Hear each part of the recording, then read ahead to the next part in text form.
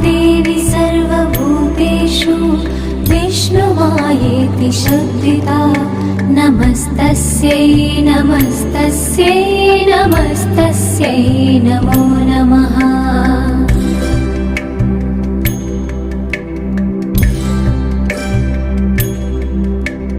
या देवी सर्वभूतेषु चेतनेत्यभिधीयते नमस्तस्यै नमस्तस्यै नमस्तस्यै नमो नमः।